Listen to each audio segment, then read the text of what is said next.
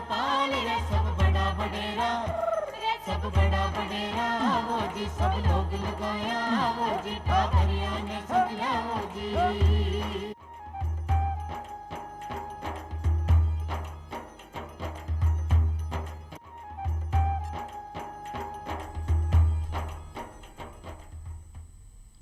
चौपाल का सभी दर्शकों ने राम राम।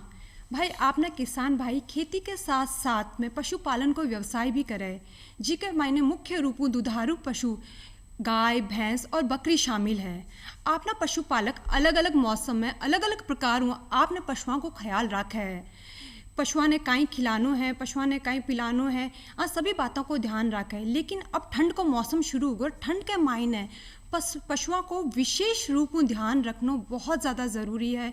इस मौसम में बहुत सारी बीमारियां पशुओं में होने की संभावना हुए। वे कौन कौन सी बीमारियां हैं, पशुओं ने काई खिलानो चाहे, काई पिलानो चाहे और किस तरीक़ों सर्दियों में को ध्यान विशेष रूप में रखना चाहे, आज सभी विषय पे आज आप बातचीत कर सकें। और बातचीत करवा खातर आपने सागे जो मेहमान पधारा है वह है डॉक्टर योगेंद्र पाल सिंह जी। योगेंद्र पाल जी, आपको हमारे कार्यक्रम में बहुत बहुत स्वागत है। नमस्कार। Yogendra Pal ji post graduate institute of veterinary education और रिसर्च के मायने कार्यरत है। डॉक्टर साहब, अभी ठंड को मौसम बहुत ज़्यादा शुरू हुआ है और एक मायने जी आपन तो अपना शरीर को ख्याल रख लेवा, लेकिन जो अपना पशु है वहाँ को ख्याल रखना बहुत ज़रूरी है। तो ठंड के मौसम में विशेष रूप से पशुओं को ख्याल की तरीका रखा, कहीं उपचार करा बन ठंडू बचावा खातर, आप माँ के दर्शकों ने बताओ। जी एलकेश जी, बहुत अच्छा प्रश्न आपने पूछा। पशुपालकों के हितार्थ हम बात कर रहे हैं, सर्दी के मौसम में पशुओं के हितार्थ। तो जैसा पशुपालक भाइयों, हम लोग सर्दी में हमारे शरीर का ध्यान रखते हैं विशेष रूप से। जैसे ही सर्दियाँ आती है तो हम मनुष्यों का, वयस्कों का और बच्चों का विशेष रूप से हम ख्याल रखना शुरू कर देते हैं।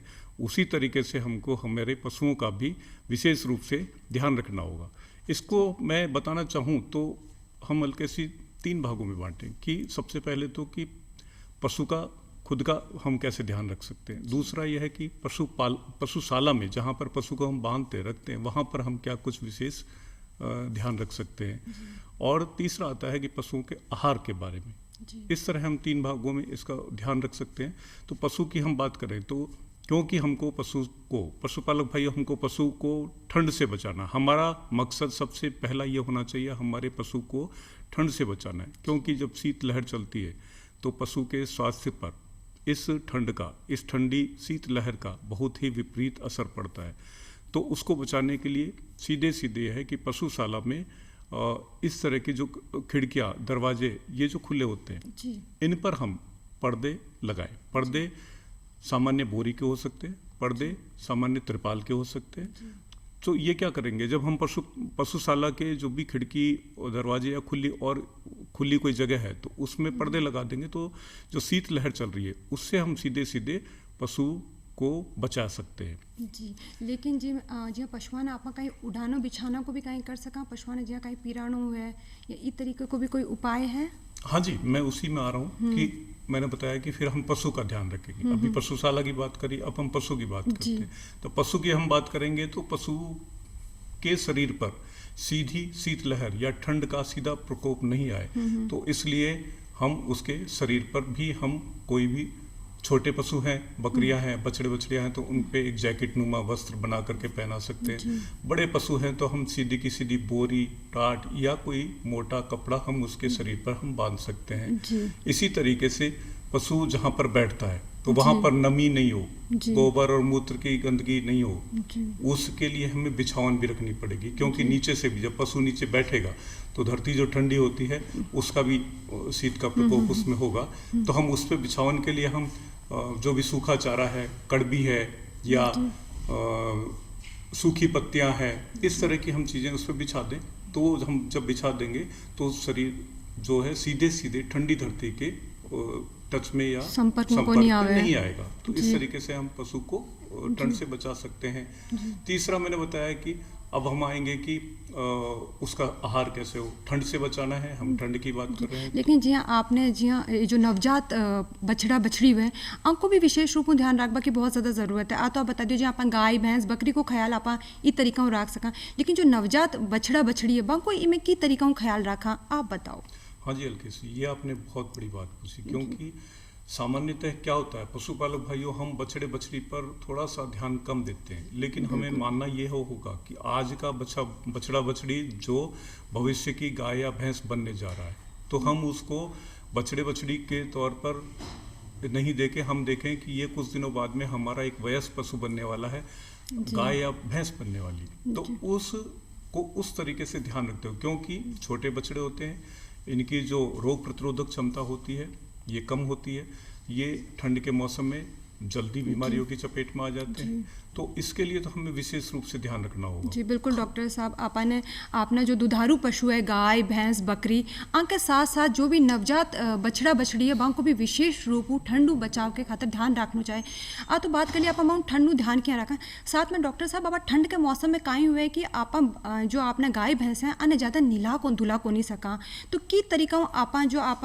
बछड़ा बछड़ियाँ की साफ सफाई रखा, क्योंकि ये मौसम में कहीं जू लीक हुआ को बहुत डर रहे हुए जो कि है ना आपको खून चूस ले हुए, तो यूं किया बचावा आप बताओ। जी पशुपालक भाइयों, इसके लिए मैं यहाँ ये बताना चाहूँगा कि जैसे हम गर्मी के मौसम में पशुओं को हम जल्दी जल्दी नहलाते हैं, तो यहाँ पर हम सर्दी के मौसम में एक तो ये गैप थोड़ा बढ़ा दें कि मान लो हम भैंस को गाय को गर्मियों के मौसम में रोजाना या एक दिन छोड़ करके नहला रहे हैं, तो यहाँ पर आप 7 दिन में नहला सकते हैं या और भी लेट उसको नहला सकते हैं, और यदि नहीं नहलाना चाहें तो गीला कपड़ा करके और वो शरीर को हम पोंछ सकते हैं उसको, जिससे क्या होगा कि शरीर की गंदगी जो है वो दूर हो जाएगी। इसी तरह बछड़े बछड़ियों को हमें शरीर पर कम से कम और विशेष रूप से हमें ध्यान ये रखना पड़ेगा, क्योंकि सर्दी का मौसम है, पानी जो हमारे घरों में है या उपलब्ध जो पानी है वो ठंडा है, उसका तापमान ठंडा है, तो वो ठंडा पानी हमको सीधे सीधे पशु के शरीर पर हमें काम में नहीं लेना है। उसको हमें विशेष रूप से ध्यान में रखना होगा कि जो पानी का तापमान रहे वो सामान्य रहे। आप चाहें तो उस पानी को गर्म का पानी करके, जिस तरह हम पानी गर्म करके नहाते हैं उसी तरीके से वही पानी हम पशु के शरीर पर भी काम में लें। और बछड़े बछड़ियों के रूप में जहां हम साफ सफाई और उसकी बात कर रहे हैं, तो जो मैंने पीछे बताया कि बैठने वाली जगह पर वहां पर गोबर और मूत्र की जो गंदगी हो जाती है, नमी हो जाती है, ये नमी बहुत बड़ा कारण है बीमारियों का। तो इस नमी को कम करने के लिए हमें बिछावन पर बहुत ही ध्यान देना पड़ेगा। बिछावन ऐसी हो कि वो जैसे ही गीली हो जाए तो या तो वो बिछावन खुद उस नमी को सोख ले, जो भी पानी या मूत्र वगैरह होता है तो, और या फिर हम उसको जल्दी जल्दी बदलें, उस बिछावन को जल्दी जल्दी बदलें। इसके लिए एक और उपाय है कि हम पशुपालक भाइयों उसमें ये कर सकते हैं, जो बिछावन बिछाई चाहे वो कड़बी की, चाहे सूखे चारे की, चाहे सूखी पत्तियों की, उसके नीचे लकड़ी का बुरादा यदि हम बिछा दें पशुशाला में जहां पर कि छोटे बछड़े बछड़ी हैं, तो जो वो नमी पैदा होती है, जो नमी लकड़ी के बुरादे वो उसको अच्छे तरीके से सोख लेगा, तो सोख लेगा तो उसका जो प्रतिकूल प्रभाव है नमी का वो बछड़े बछड़ियों के शरीर नहीं पड़ेगा। जी, इस तरीके से हम उसका बचाव कर सकते। डॉक्टर साहब तो आप बात करी प्रबंधन की, लेकिन ठंडू बचाव के साथ साथ अपने आहार को भी विशेष रूप में अपने ध्यान रखना पड़े, तो आपने पशुपालका ने अपने पशुआ ने जो है बन काई आहार देना चाहे, कि प्रकार को आहार देना चाहे, वो आप बताओ। ये आपने बहुत ही महत्वपूर्ण बात पूछी है जी, और इस पर मैं पशुपालकों का थोड़ा समय लेना चाहूँगा। ध्यान से सुने पशुपालक भाइयों, क्योंकि आहार सर्दी का मौसम हम रोक नहीं सकते, वो मौसम के अनुसार होगा ही, और तेज हवाएं भी चलेंगी ही। तेज हवाओं को हमने रोक लिया, लेकिन पशु के शरीर में सर्दी का जब प्रभाव होता है तो रोग प्रतिरोधक क्षमता उसकी कम हो जाती है, और जब रोग प्रतिरोधक क्षमता कम हो जाती है तो बहुत सारी बीमारियां पशुओं के शरीर में लग जाती है। जब बहुत सारी बीमारियां पशुओं में लग जाती हैं तो उनको रोकने के लिए एक मुख्य उपाय जो हम कर सकते हैं वो है कि उनका आहार को हम बिल्कुल बेहतर बनाएं। वो आहार जब बेहतर होगा तो शरीर में अपने आप रोग प्रतिरोधक क्षमता बढ़ेगी। अब हम बात करें कि उसको हम कैसे बना सकते हैं बेहतर, तो जो भी आहार हो, एक तो होता है, एक शब्द आपने सुना आहार, एक शब्द आप सुनेंगे संतुलित आहार। मैं यहाँ ये बताना चाहूँगा कि क्या आहार है और क्या संतुलित आहार है। आहार यह है कि मैंने मेरे पशु को सूखा चारा दे दिया, या कभी उसको दाने में खल दे दी केवल, या कभी केवल अनाज दे दिया, या कभी दालें दे दी। ये हुआ आहार कि इससे पशु के शरीर का पूर्ति कर दी। लेकिन संतुलित आहार क्या है? संतुलित आहार जैसा हम सब सुनते पढ़ते आए हैं कि संतुलित आहार वो होता है जिस आहार में प्रोटीन, वसा, कार्बोहाइड्रेट और विटामिन्स, खनिज लवण ये एक निश्चित मात्रा में शामिल हुए। ये जब शामिल होंगे हमारे पशु के आहार में तो ही वो आहार कहलाएगा एक संतुलित आहार। और जब संतुलित आहार हम हमारे पशु को खिलाएंगे तो वो पशु की रोग प्रतिरोधक क्षमता को बढ़ाएगा। रोग प्रतिरोधक क्षमता जब बढ़ेगी तो जो सर्दियों के मौसम में शीतलहर चल रही है या उससे होने वाले जो प्रतिकूल प्रभाव हैं उनसे पशु को हम अपने पशु को बचा सकते हैं। डॉक्टर साहब एक और बात मैंने पूछनी कि जी आबार आप बताए हुए कि भाई आपा ने जो हरियो घास है बी के साथ में सूखो घास देना भी बहुत ज़्यादा ज़रूरी है। आपने पशुओं ने एक कहवे कि पशुओं ने गुड़ देना बहुत ज़रूरी है, तो गुड़ का कहीं फ़ायदा हुआ है? अगर आप पशुओं ने गुड़ देवा तो भी को कहीं फ़ायदा हुआ है, आप बताओ। हाँ जी बिल्कुल, गुड़ का फायदा ये होता है अलकेश जी, पशुपालक भाइयों को समझना होगा। जैसा हम बात कर रहे हैं कि सर्दी के मौसम में पशुओं के शरीर पर, सर्दी के मौसम में क्या होता है कि पशु का शरीर ठंडा हुआ जा रहा है। जब ठंडे हुए जा रहा है तो जो पशु की शारीरिक ऊर्जा जो है वो सारी की सारी शरीर के तापमान को बनाने में लग गई, उसको नॉर्मल या सामान्य करने में लग गई, उसकी सारी ऊर्जा उसमें लग गई। तो हमें उस ऊर्जा की पूर्ति कहीं न कहीं से करनी पड़ेगी। यदि हम वो ऊर्जा नहीं पूर्ति करेंगे तो उसमें ऊर्जा की कमी हो जाएगी। कमी हो जाएगी तो प्रतिकूल प्रभाव पड़ेगा। तो तत्काल ऊर्जा देने के लिए गुड़ क्योंकि कार्बोहाइड्रेट है, कार्बोहाइड्रेट जिसको हम कहते हैं ऊर्जा का स्रोत होता है। तो हम यदि गुड़ रोजाना पशु के आहार में हम मिश्र कर दें, उसके सम्मिलित कर ही दें नियमित रूप से, तो वो एक अतिरिक्त ऊर्जा उसको प्रदान करेगा। अतिरिक्त ऊर्जा प्रदान करेगा तो जो ऊर्जा पशु के शरीर के तापमान को सामान्य करने में लग गई थी वो ऊर्जा उसको अलग से मिल जाएगी और वो पशु की जो जितनी भी अन्य शारीरिक क्रियाएं हैं उनको पूरा करने में काम आएगी। जी डॉक्टर साहब बहुत बढ़िया बात आप बताइए। लेकिन डॉक्टर साहब कहवे ना कि एक अच्छो आहार, एक पौष्टिक आहार को लेबा को एक टाइम भी होना चाहिए, सही समय भी होना चाहिए। तो कितनी कितनी मात्रा में और कितने कितने समय के बाद में जो अपना गाय, भैंस और बकरे हैं अन्य जो आहार है वो देना चाहिए? जी बहुत अच्छी बात पूछी। जब भी हम आहार की बात करते हैं तो आहार हमेशा पशु की ज़रूरत के हिसाब से दिया जाता है। पशु की ज़रूरत की हम बात करें तो पशु की ज़रूरत में ये हुआ कि एक तो पशु कोई भी उत्पादन नहीं कर रहा है, वो एक अवस्था हुई अलग, जो कि पशु दूध नहीं दे रहा है मान लो, या जो पशु है वो ज्ञापन नहीं है मान लो, तो उसकी जो मांग है वो अलग होगी। एक पशु एक्स्ट्रा लोड उस पर हो गया, वो मान लो ज्ञापन है, वो दूध दे रहा है, तो उसकी मांग अलग होगी। ठीक है, तो इस बात को ध्यान में रखते हुए हमें आहार देना है। अब आहार दो तरह का होता है, एक तो होता है चारा, एक होता है दाना या बांटा। ठीक है, यदि हम चारा देते हैं तो चारे में ध्यान रखें विशेष रूप से कि सीधे सीधे केवल हरा चारा नहीं दे दे। हमें यहाँ सर्दी के मौसम में हरा चारा और सूखा चारा मिला के देना है। उसका भी एक निश्चित अनुपात है। हरा चारा यदि 1 भाग है तो 3 भाग हमारा सूखा चारा होगा। ये तो हुई चारे की बात। यदि हम बात करें दाने की या जिसको हम बांटा बोलते हैं, दाना बोलते हैं, मिश्रण है, उसकी हम बात करें तो वो उसका कितना देना चाहिए, आपका सवाल ये था। तो उसका मैंने बताया कि मांग के अनुसार एक सीधा सीधा फॉर्मूला है। पशुपालक भाइयों ध्यान रखें, यदि कोई हमारा पशु 10 किलो दूध देता है, मैंने उदाहरण बताऊं, तो 2.5 किलो दूध पर 1 किलो बांटा या दाना मिश्रण होना चाहिए। तो यदि वो 10 किलो दूध दे रहा है दिन भर में तो 4 किलो बांटा या दाना मिश्रण हो गया। और 1 किलो अलग से चाहिए, वो एक उसकी जो शरीर की नॉर्मल क्रियाएं हैं उनको पूरा करने के लिए। तो यहाँ हम बात करें तो 4 किलो तो दूध के अनुसार और 1 किलो उसकी हो गई सामान्य जरूरत। तो 5 किलो दिन भर का दाना बांटा हो गया।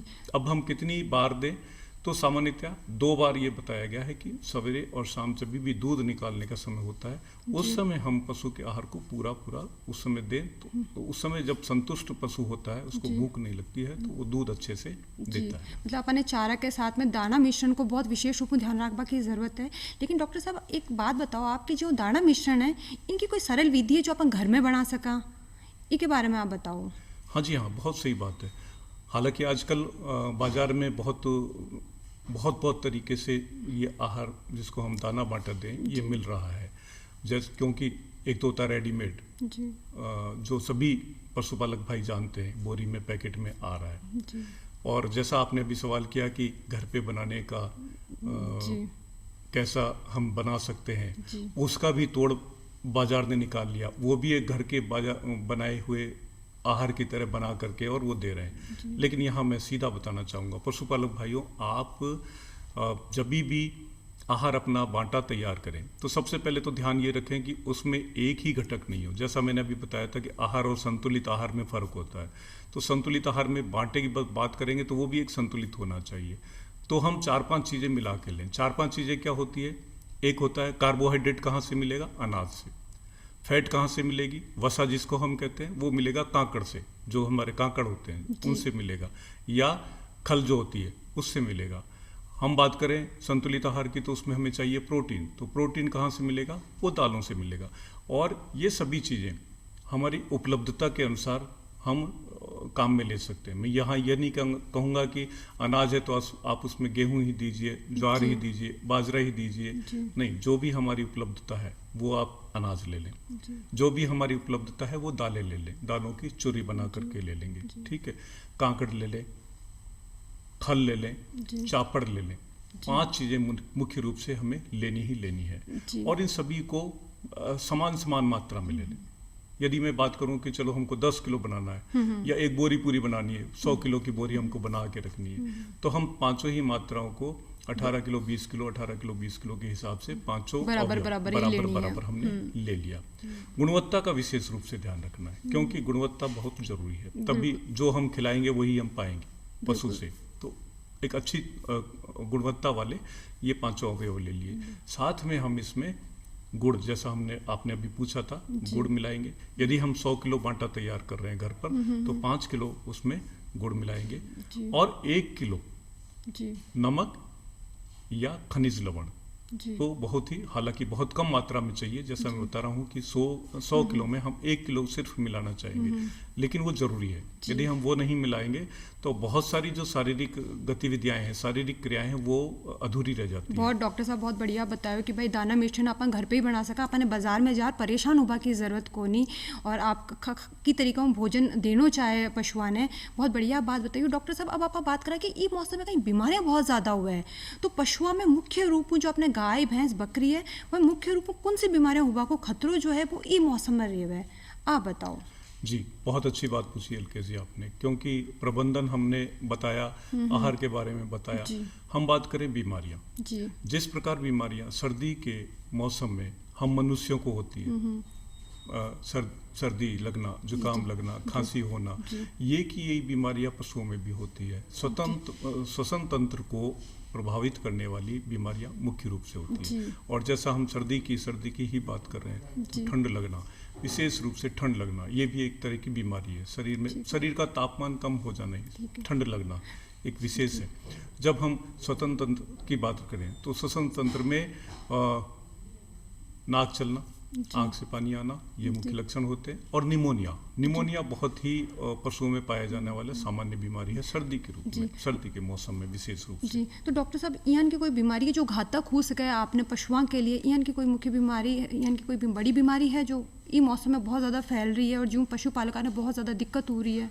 जी हाँ, ठंड लगना अपने आप में एक घातक है। यदि शरीर का तापमान बहुत ज़्यादा कम हो गया तो ये घातक हो सकती है, पशु की मृत्यु हो सकती है। निमोनिया, जैसा मैंने बताया, छोटे पशुओं में या कमजोर पशुओं में यदि निमोनिया हो गया तो ये भी घातक हो सकता है। मैं यहाँ बताना चाहूँगा एक बीमारी जिसको हम खुरपका मुंहपका कहते हैं। हमारे पशुपालक भाई इससे अच्छी तरह से परिचित हैं, क्योंकि ये बीमारी सर्दी के दिनों में विशेष रूप से हर साल आती है। और हर साल आती है। यहाँ पर घातक ये शारीरिक जानलेवा के रूप में तो मैं नहीं कहूँगा, लेकिन वो एक पशुपालक की आर्थिक स्थिति को बहुत रूप से प्रभावित करती है, क्योंकि इस बीमारी से पशु की उत्पादन क्षमता बहुत कम हो जाती है। दूध देने वाले पशुओं का दूध जो 10 किलो दे रहा था वो 1 किलो रह जाता है। आप में यहाँ मान सकते हैं कि कितना बदलाव पशु के लक्षण का ही है जो बीमारी है आप बता रहे हो, इसका लक्षण का ही है कि खुरपका मुंहपका बीमारी के लक्षण शुरुआत की हम बात करें तो सबसे पहले शरीर के तापमान में वृद्धि होगी, जी खाना पीना पशु छोड़ देगा जी और चलने में कुछ उसको महसूस होगा, लंगड़ापन, दर्द महसूस होगा। जी ये होती है शुरुआत के 1 या 2 दिन में। जी ये लक्षण इस बीमारी के विशेष नहीं, क्योंकि ये लक्षण कुछ और बीमारियों में भी मिलते हैं। हम 2 दिन बाद देखेंगे कि पशु के मुंह से लार गिरना शुरू हो गया, जी पशु के खुर में घाव पैदा होने लग गए। जी और ये क्यों हुए? क्योंकि जैसा नाम से इंगित करते हैं कि खुर पका मुंह पका, तो खुर यानी पैर पक गए और मुंह पका यानी मुंह में छाले हो गए। तो डॉक्टर साहब इयान को काई उपाय करा कि आ बीमारी जो है यूं अपना पशुआन आपा बचा सका, काई उपाय है को? जी, इसका उपाय, क्योंकि ये एक बहुत ही अत्यधिक संक्रामक बीमारी है, जी तो संक्रामक बीमारियों की हम जब सामान्यतः बात करते हैं तो जी बचाव ही उपचार है। ये एक सीधा सीधा वाक्य होता है कि बचाव ही उपचार है। जी तो बचाव के लिए सबसे पहले तो मैं यहाँ पशुपालक भाइयों को कहना चाहूँगा कि आपको इस बीमारी से बचने के लिए जी ये कोशिश करें कि बीमारी हमारे बाड़े में आए ही नहीं। इतना भी कोशिश करो कि हमारे पड़ोसी के भी बाड़े में नहीं आए, हमारे गांव में भी नहीं आए। वो कैसे नहीं आएगी? वो उसके लिए टीकाकरण एक सरल उपाय है। पशु का टीकाकरण करवाएं, जी। तो टीकाकरण कराएंगे तो ये बीमारी आने की संभावना कम। अच्छा, मतलब ये बीमारी को एक टीको भी है जो आपने लगवाना जरूरी है सभी पशुआन है? जी हाँ, मैं वही बताने जा रहा हूँ कि टीकाकरण ही इस बीमारी का बचाव और उपचार सब तरीके से, क्योंकि बीमारी आनी नहीं चाहिए दिमाग में। और यहाँ ये पशुपालक भाइयों को यहाँ पर बताना चाहूँगा कि क्योंकि ये बीमारी सालों साल से चली आ रही है, आप सब लोग जानते हैं, और आने के बाद हम दुख भी पाते हैं। सरकार का हर साल ये प्रयास रहता है कि बीमारी नहीं आए, तो सभी पशुपालकों के घर जा जा करके इस बीमारी से बचने के लिए टीकाकरण सरकार कराती है। और इस साल तो विशेष रूप से भारत सरकार ने ये ठान लिया है कि जिस तरह और बीमारियां पशुओं से या मनुष्य से हटाई गई है, उसी तरीके से खुरपका मुंहपका बीमारी को भी जड़मूल से ख़त्म किया जाए। तो विशेष अभियान इस साल लिया है, जिसमें भारत सरकार का ये उद्देश्य है कि कोई भी पशु ऐसा नहीं रहे जिसका कि टीकाकरण इस बीमारी के बारे में नहीं कराया हो। मैं पशुपालक भाइयों से यहाँ निवेदन करना चाहूँगा हाथ जोड़ करके कि किसी भी तरीके से जो भी सरकारी तंत्र के व्यक्ति आपका टीकाकरण के लिए आते हैं, उनका सहयोग करें और अपने पशु को टीकाकरण करवाएं ही करवाएं। इसमें बिल्कुल भी लापरवाही नहीं बरतें और भारत सरकार के इस अभियान को सफल बनाएं। साथ में हमारा तो फायदा होगा ही, क्योंकि हमारा पशु इस बीमारी से बचेगा। जी डॉक्टर साहब, आज के चौपाल में आप पधारिया और बहुत ही बढ़िया जो वहाँ का पशुपालक भाई जो भी वहाँ को कार्यक्रम देख रहा है, मैंने बहुत बढ़िया जानकारी आप दी हो। वहाँ के कार्यक्रम में पधारवा खातर आपको बहुत बहुत धन्यवाद। दर्शक भाई, आज की चौपाल में बस इतो ही। फिर मिलशा एक नई चौपाल में एक नए विषय के साथ में। राम राम साहब। राम राम।